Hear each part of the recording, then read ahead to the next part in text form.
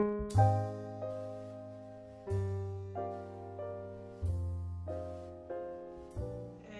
אילנה, וזאב עזר לי בהרבה דברים, בין היתר בנשימה.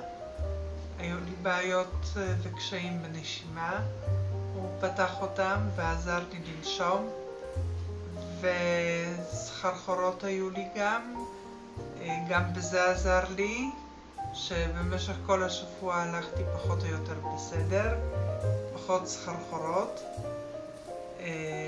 אני חושבת שהוא אדם נחמד וחביב,